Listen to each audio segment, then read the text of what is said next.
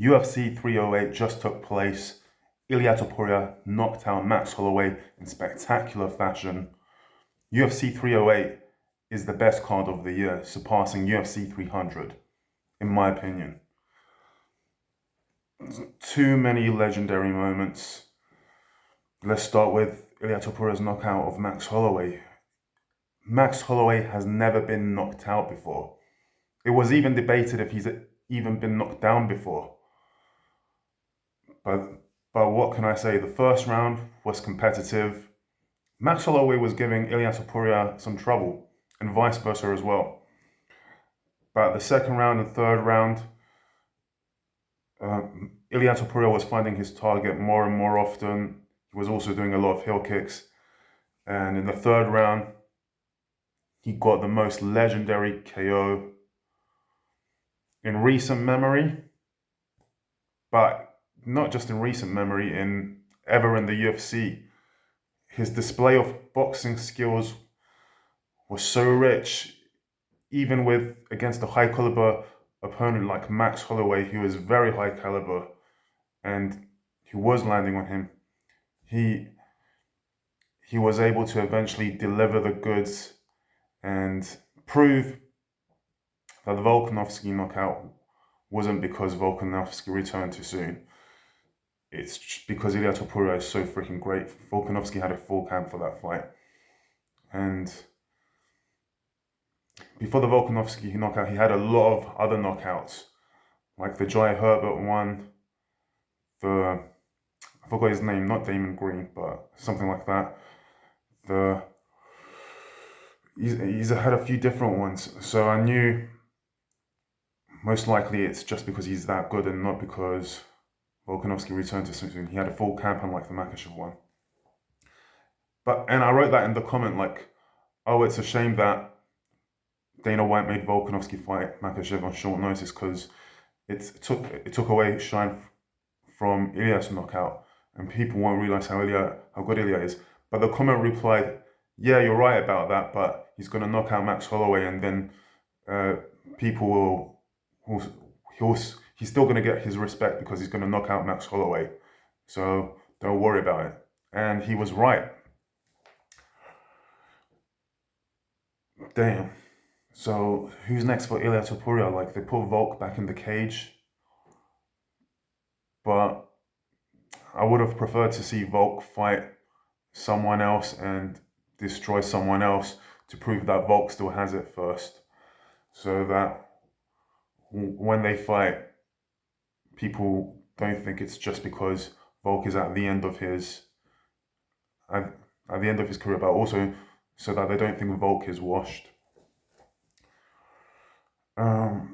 We also had Khamzat Chimaev just destroying Robert Whittaker in the first round, just ragdolled him, and then as soon as he put his arm over Whittaker's face, Whittaker just tapped immediately, and it turned out that he broke his jaw. And I don't know why I heard someone say he had jaw problems from before, but I don't know about that.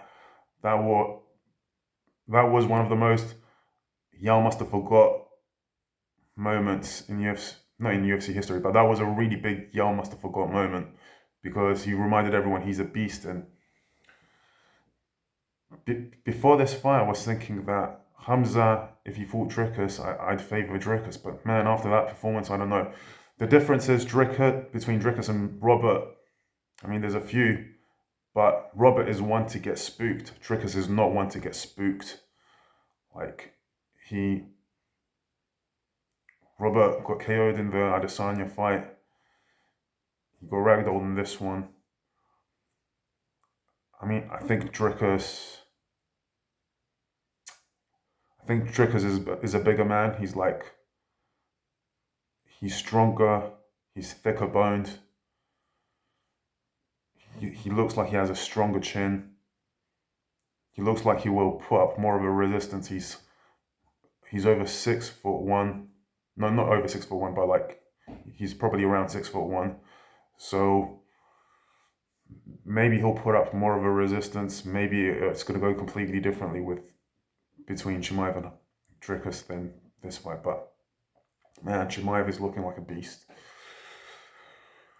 We had, oh my God, the fight of the night, one of the best fights on the card was Mirtibek Oralbay versus Mateusz Rebecki.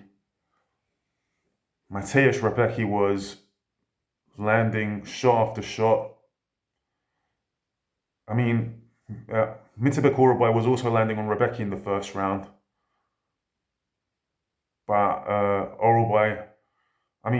Rebecki was landing powerful shots that were causing obvious damage to Oralbay, and then second and third.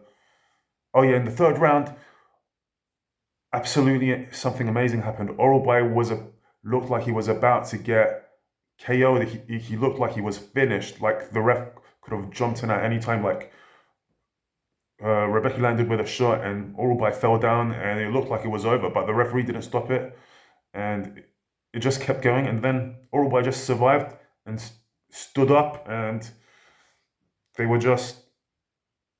And then what do you call it? Mateusz Rebecki was so tired that he was just holding Oralbay, and he won that split decision, like the only underdog win of the night, I believe. Oh no, I guess Ibo Aslan was a slight underdog versus his opponent, and he got a KO. Well, it was like a standing KO, and he kept landing knockout blows on his opponent, and he got the win as well. So that was cool.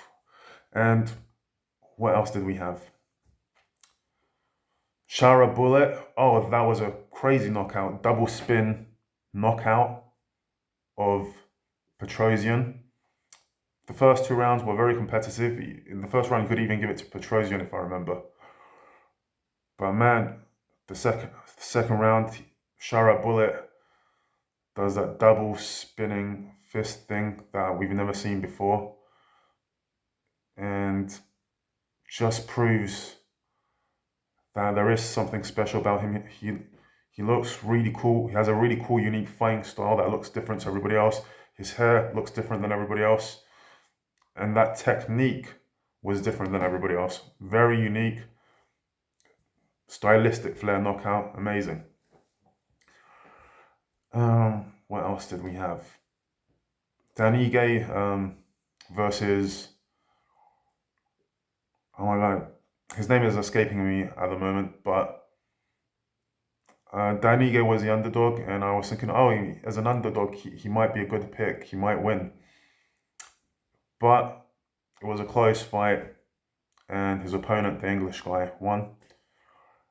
What else did we have? Oh man. But anyway, yeah, I think UFC 300, UFC 308, I don't know which is the best card, but I personally prefer UFC 308. Like the main event was more spectacular in terms of what was done to the opponent and the caliber of opponent compared to UFC 300. And I don't know if there was any fight in UFC 300 in the prelims as good as Mirtibek Oralbay versus Mateusz Rebecki. It was a phenomenal night, and I don't know who's next for Ilia Topuria. It looks like they're going to pick Volkanovski, but Diego Lopez could be in. Diego Lopez looked shocked when the camera panned to him. He looked like Ilia Topuria looked in the Max Holloway fight, but Diego Lopez's face was a lot more like, oh crap, like he wasn't happy. Like with Topuria, he was shocked, but also like relaxed. But it's like, oh man, Diego Lopez, like man, he's that good. Like he looked disappointed that Ilia Topuria was so good, and so Jean Silva is an unranked fighter who I think in the future could prove himself to be one of the best fighters in the featherweight division, and who is fighting out of the fighting nerds in Brazil, and just because of how exciting his fight with Drew Dober was, and how much he destroyed him, and because Drew Dober was such a good opponent, and he also knocked out, what's his name, Charles Jourdain. It looks like he's going to be another featherweight to look out for. But I think it's going to be like some time before he gets the chance to fight Topuria. But how long will Topuria reign supreme? I don't know. But right now, I'm enjoying the ride. And, well, like and subscribe.